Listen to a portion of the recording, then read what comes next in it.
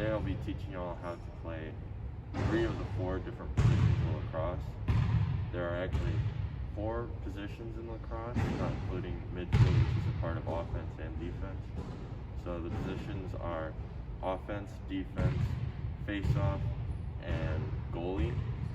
And I have actually played offense, defense, face-off, so I've never played goalie, so I'll be teaching y'all that one. I've been playing for 8 years, and I've been coaching for 3 of them. And I've always loved the sport of lacrosse, and I hope one day that everyone could learn how to play the sport. So first, I'll teach y'all how to do the face-off. It has 3 different components to it. Second, I'll be teaching y'all how to pass, catch, and shoot, which I know it should be probably first, but face-off is how a game is started and how it continues after each goal. And last, I'll teach y'all how to do defense and some of my favorite checks, as defense is my main position. So for the first one, we're gonna do the face-off. Like I said, this is how a game is started and continues after each goal. So a face-off is started on a line. 2 sticks come up together, you push your pocket in, and they come together and put the pocket so that the ball's in the middle of the pocket.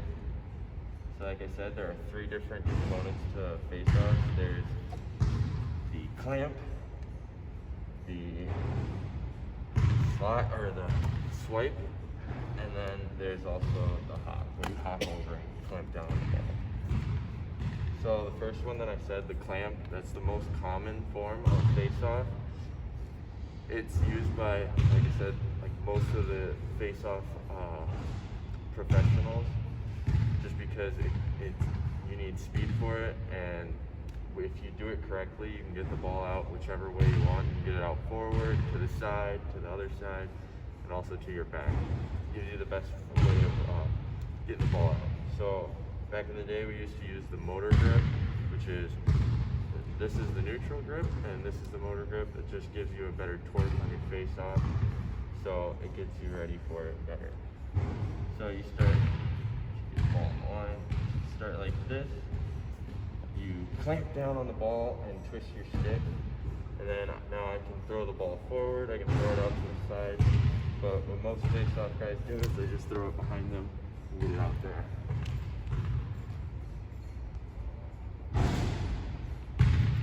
So like I said, that's the most common form, but the most common for defenders like myself who are defensive midfielders with the long pole, and for slower guys that can't get the clamp as fast, they like to use the swipe method.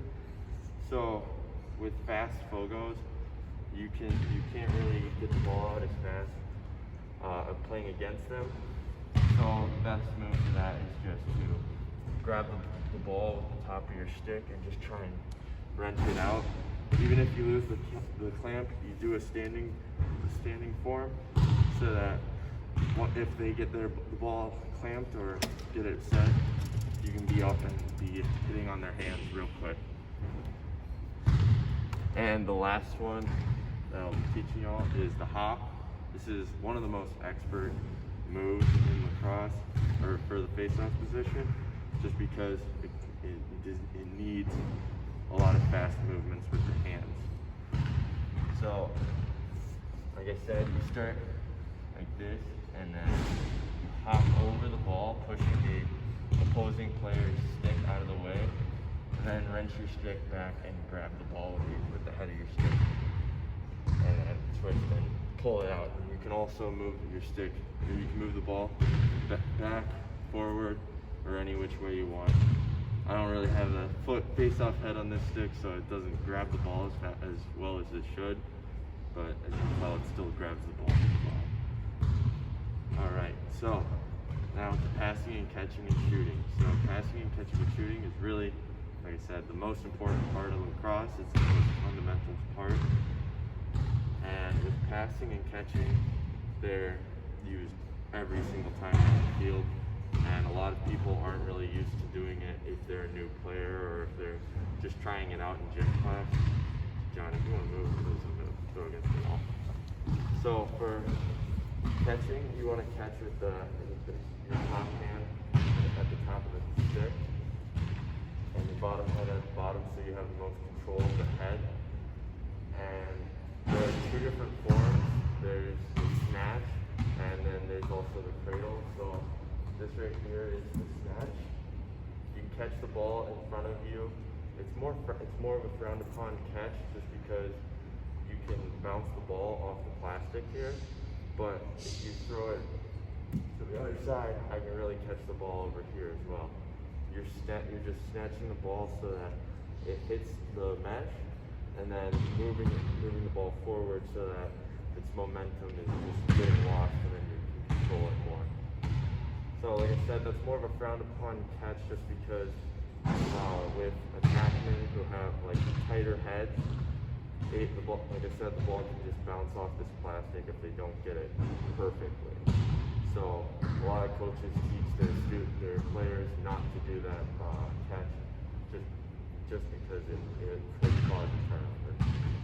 And now for the most recognized catch is the soft catch. I don't know how to call it. It's kind of like how you catch an egg in like an egg toss. If you're doing an egg toss with your friends, you're more cushioning the ball in. So I throw it perfectly, and I bring it back. As I catch the ball, I bring it back, cushioning it and making it lose power. This catch is really good just because you can get it back and still be ready to shoot. You don't have your stick in front of you. You have to bring it back. It's just one easy motion. Now for passing, you should have your stick, or your top hand should really be at the middle of your stick, just because it gives you a little bit more momentum to throw the ball, makes the ball further away from you, which gives it more speed. And your bottom hand has to be at the bottom. So you keep your hands away from you. We don't like in lacrosse, we don't like what we call T-Rex arms, which is this, or crocodile arms. This won't generate a lot of speed, and even though I'm really close to the wall, it's still coming off real quick. But if like I'm passing to someone that's all the way over at the other wall, it's not going to get there. And if it does, it's going to be extremely slow, and it could cause a hospital pass. So you keep your arms out away from you, and then you bring your top hand over, and you bring your bottom hand down, especially at the release point. You snap your wrist and snap your other wrist, bringing the ball and sending it where you want it to. So for shooting, this is one of my favorite parts of lacrosse. I was actually trained by Deemer Class, who is a MLL attackman. That's one of the professional leagues. And he came and taught my whole high school team how to shoot correctly. So I kind of know a lot about this. So for shooting, you start off with, I'll take the ball for now. You start out with your hands closer together. They shouldn't be more than an arm's length apart. And I like to do a crow hop, and then you bring your hand over your head and shoot, and you always gotta follow through and bring your leg through. The way you taught us was you wanted us to end up backwards, facing our backs to the goal. And that's how this is how you shoot. I'll give you all like a little demonstration.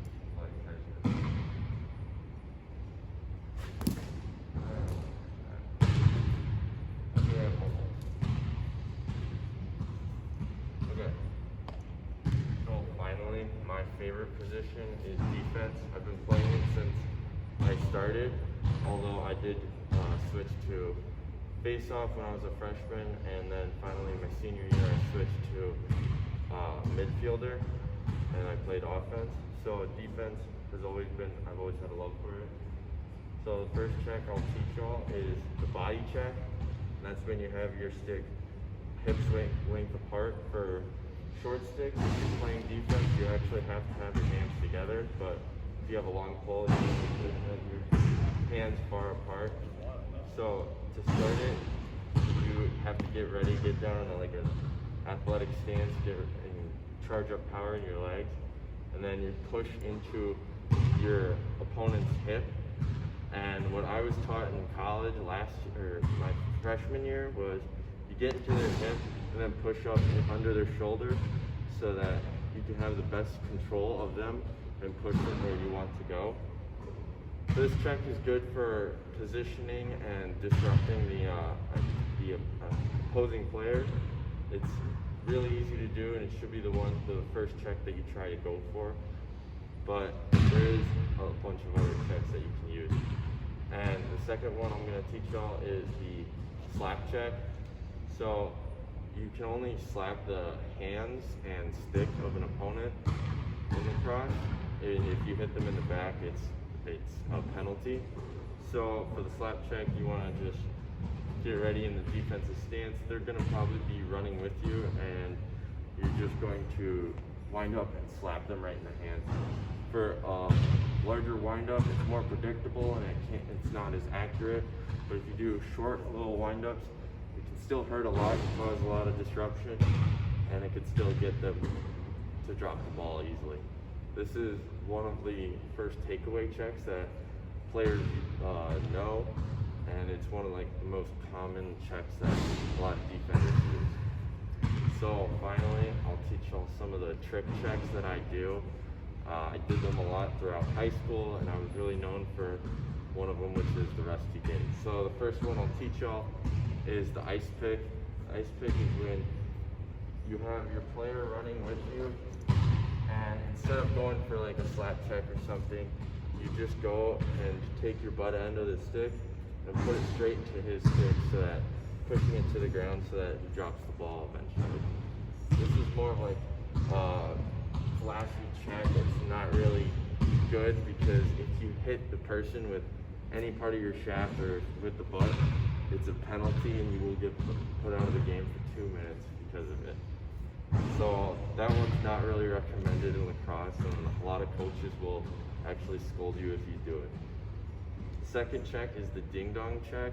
So if I'm playing on someone and he's running this way with me, I will fake going over his head and then come down. Doing a fake over his head will cause them to, if they're running with their stick out here, will cause them to bring their stick up. And then when you come down, you slash the top of their stick, and then they'll drop the ball again. This check is really well known, and it's actually really good. I've been using it since I was in 8th grade, and I've gotten a ton of my takeaways just from this. I think I had, in high school when I was a junior, I had 100 takeaways just from this check alone. And then finally, my favorite check that I was well known for when I was a junior in high school is the rusty gate. So I kind of perfected this when I was in high school, but it's not working as well in college just because players are used to it. So what you do is you're running with a player like this, you move your stick so that they are bringing their stick back here, and then once you have your stick ready, you just throw it back and slash them from behind.